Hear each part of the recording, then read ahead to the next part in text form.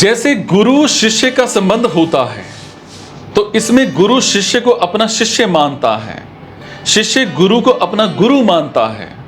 इसी तरह से गुरु अलग है और शिष्य अलग है, मतलब उन दोनों की अलग अलग सत्ता दिखती है, परंतु उन दोनों के संबंध से एक तीसरी सत्ता प्रतीत होने लग जाती है जिसको संबंध की सत्ता कहते हैं।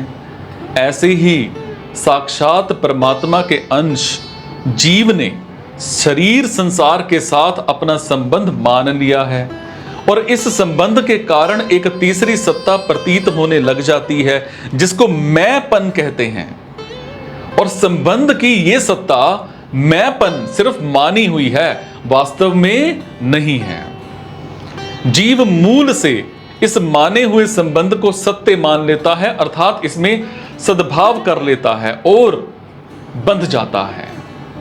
और इस प्रकार जीव संसार से नहीं, हालांकि संसार से माने हुए संबंध से ही बंधता है। गुरु और शिष्य में दोनों की अलग अलग सत्ता है और दोनों एक दूसरे से संबंध मानते हैं, परंतु जीव मतलब चेतन और संसार मतलब जड़, इन दोनों में सिर्फ एक जीव की ही वास्तविक सत्ता है और यही भूल से संसार के साथ अपना संबंध मानता है और संसार प्रतिक्षण नष्ट हो रहा है, सो उससे माना हुआ संबंध भी प्रतिक्षण खुद नष्ट हो रहा है।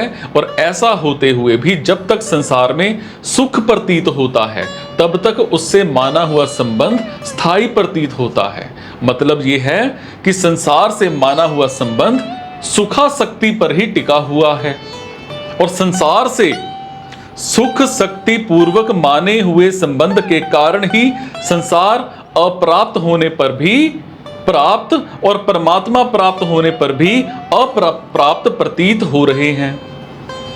और संसार से माना हुआ संबंध टूटते ही परमात्मा के वास्तविक संबंध का अथवा संसार की अप्राप्ति और परमात्मा की प्राप्ति का अनुभव हो जाता है।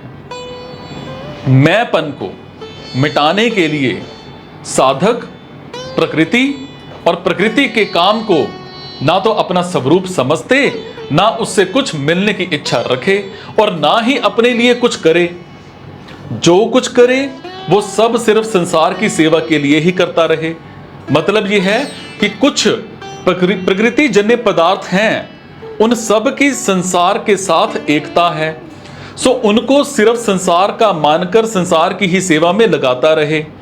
इससे क्रिया और पदार्थों का प्रवाह संसार की तरफ हो जाता है और अपना स्वरूप अवशिष्ट रह जाता है, अर्थात अपने स्वरूप को बोध हो जाता है। ये कर्म योग हुआ।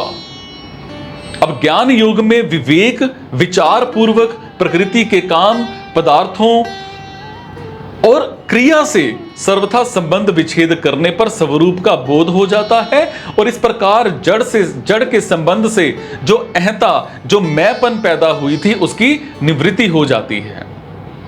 और भक्ति योग में मैं केवल भगवान का है, मतलब हूं और सिर्फ भगवान ही मेरे हैं और मैं शरीर संसार का नहीं हूं और शरीर संसार मेरे नहीं है।